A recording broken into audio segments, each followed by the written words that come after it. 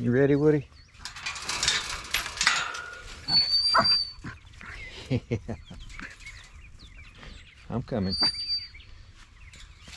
One of us has to close this gate so we don't have hogs everywhere. In the backyard, that is. Because this is our brood group. We have Uncle Albert down there, father of every piglet produced on this farm, sporting a handsome grass mustache, not realizing it's me at first. And there's a little runt that we've held over, and there's Queen Victoria, his girlfriend, the matriarch of the hog population. We're not here to talk about hogs right now. We're going to see broody hen. This is a broody hen. This happens every year. We have at least one of our black copper Morans, who we love because they lay those dark chocolate colored eggs. And he may have seen this hen in a recent video where she demonstrated her willingness or threatened to peck me. She has eggs underneath her. You can see one sticking out a little bit right there. And she wants to hatch them, but she can't, because this is the favorite nest box of the hens. They have 9 to choose from, 11 to choose from, but this is their favorite, and this is not a suitable location for her to hatch her eggs. Today's video is all about helping that hen be successful. Now, she's facing a few challenges, and honestly, I don't think the way she's got things set up, it's going to work very well. And I'll go over all those in a moment. But what we're going to do is help this broody hen take the eggs that she's sitting on, and maybe a few more, and put her in a better situation to improve her odds of success.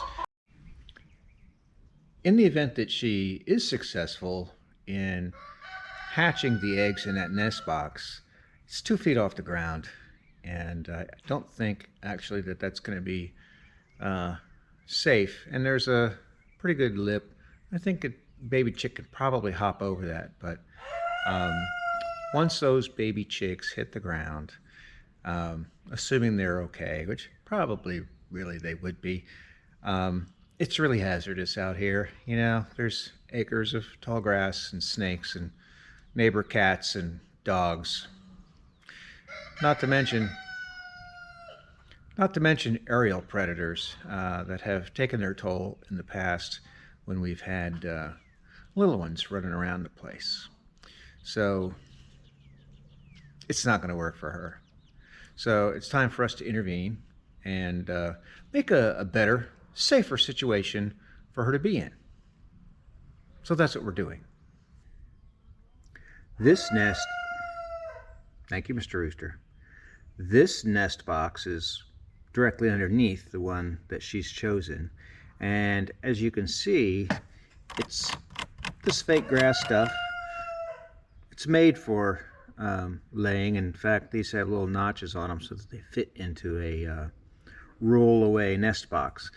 This is obviously not a roll-away nest box, but that's what we're dealing with. And if I lift this up, if I can see if I can get a hold of it, it's kind of wedged in there. There we go.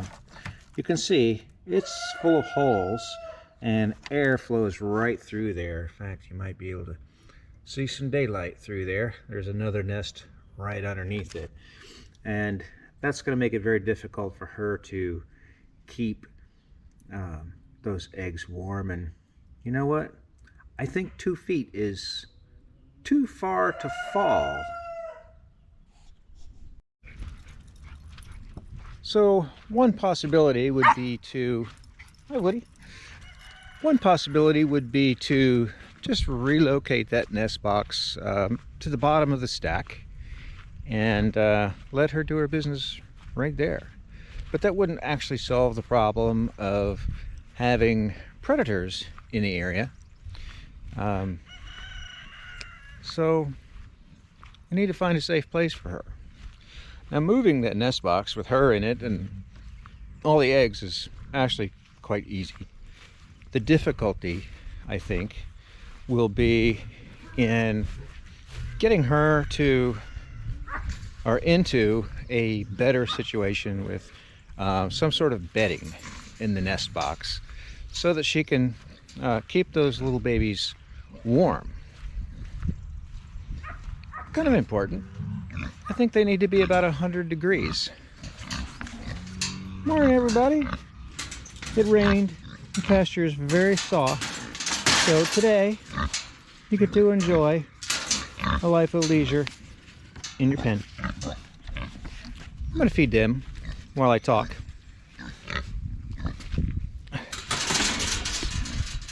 Gotta watch out for the electric fence. That one's short enough I can step right over it. So the plan with the broody hen is to, sorry for my camera work. So the plan for the broody hen is to get her nest moved to a safe place, get her into some soft bedding. And what I don't want to do is I don't want to disrupt her broodiness, and I want to make sure that she accepts her new situation and finishes off those eggs. She's been sitting on them for a day or two. At first I collected all of her eggs, and they were delicious. Then I decided, well, let's let her go and see what it is she can do. So I learned a trick from the permaculture chicken ninja, I forget, Justin Rhodes. I learned from Justin Rhodes this little trick. You throw a towel over the nest box. He used the same kind of nest box as we're using. It's just an old milk crate. And what he did was cover up the hen with the eggs and move the hen in the nest with her eggs. Say good morning to the potbellies. And our little beautiful hen, that's a Easter egger. I don't know why she loves to live down here with the pigs, but they don't seem to mind it, and they eat the same food, so it's all good. All right, so back to the story at hand here. So that's getting the nest box moved. The destination that I've chosen is the chick coop that we're going to be raising the meat chicks in. And if you're not familiar with that, I think it's up here. I'll put a link to that video so that you can see. It's actually there's a whole playlist. I'll put a link to that. And there's room in there for like 100 chicks. She's definitely not going to hatch that many. But back to the point, which was getting her switched. This is the risky part right here, because I want to get her out of the nest box that has that synthetic bottom into a nest box that has straw and some shavings in it, so that they can stay nice and warm, nestled up under mommy, until the day comes when they decide that they want to come out and join the world.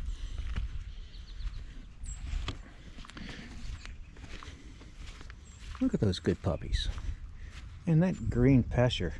The plan with that broody hen is to move her into the brooder box under the towel in her current nest box. And once she's there, I'll take her out, set her close by. Hopefully she won't pick the devil out of me. Sometimes they do that. Sometimes they just stay in a trance. For me, I'm hoping for trance. But I'll take her out, set her aside, carefully lift all of her eggs, trying to keep the upside up, and put them into the new box that I've put bedding in. Now, I'm not sure how many eggs she has, and I want to make sure she has a full clutch. If we're going to put in all this effort, we want to get as many chickie babies as we can, and there's no guarantee that the eggs under her are fertile anyway. So I'm going to put a few eggs in the new nest, then put the older eggs on top, put her back in there and close her up in there, and she should walk right in there on her own. I may set her down. My fear is that she will stir and damage the eggs, so I'm not sure about that. We'll see. I'll probably just call an audible as we go, because it's what I normally do. And anyway, so hopefully that works. And if it does, or I should say when it does, because broodies are uncanny, it's very difficult sometimes to get them out of broody mode. So I've taken about a half a bag of shavings, which is what it takes for this 4-foot by 8-foot brooder box. We've got water right here. Got a little apple cider vinegar in it. Whoops, sorry. Because I always do that. And this is some pelleted feed. And this is a much more suitable nest box. The one that she's in has just a artificial turf bottom in it, so that it's easy to keep clean. But the eggs roll around, and they really don't. It's really difficult for her to keep them underneath her. So what we're going to do is sneak in here later on today. I'm going to probably gather a few more eggs and place them right there, and that way we'll have a place for her eggs to go, and we'll move her while she's asleep and in a deeper stupor than she's in right now. And of course we'll move the eggs with her that are under her. So they might have a day, well, they'll definitely have a day, maybe 2 days head start. But not really sure how many she has under her right now. But we're going to take her out of that box and put her in this box.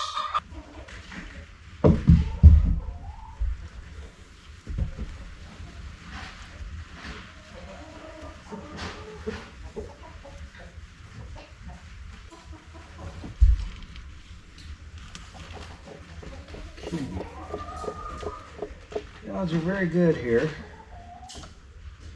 But I'm about to get pecked.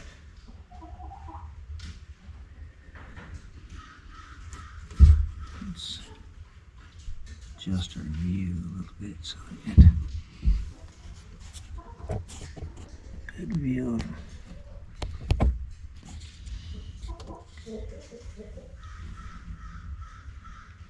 I guess that's as good as it's getting.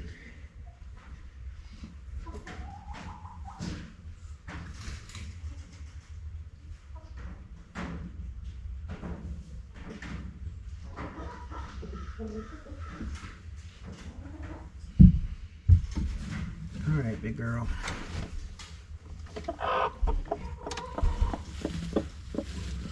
Oh my. You've been letting the others put their eggs in here, haven't you? Such a good broody hen. I didn't see y'all piggybacking at all.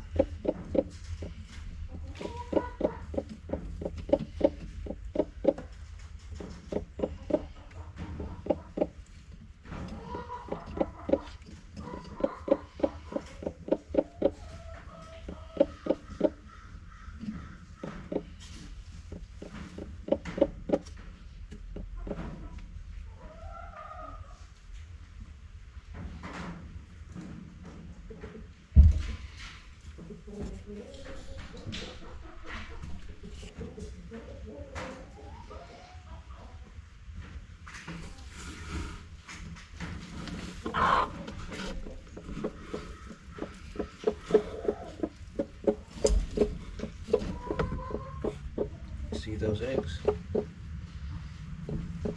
They're yours. See how they still feel warm?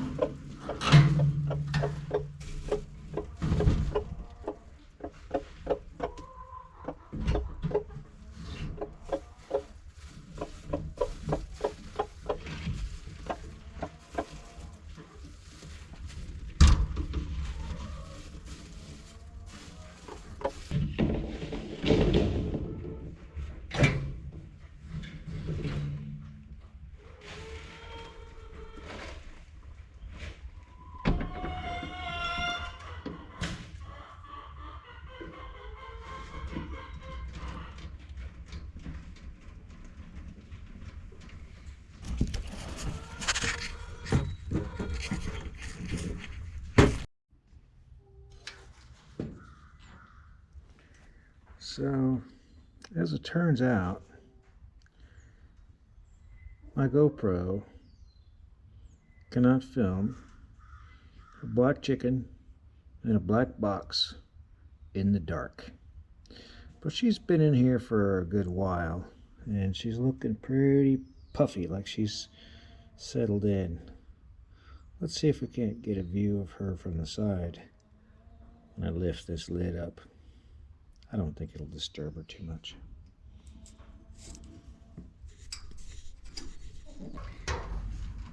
That right there is a birdie hen expressing her chickenness in a nice fluffy nest in a safe, warm place, free from danger. If you'd like to see how it ends, go ahead and subscribe.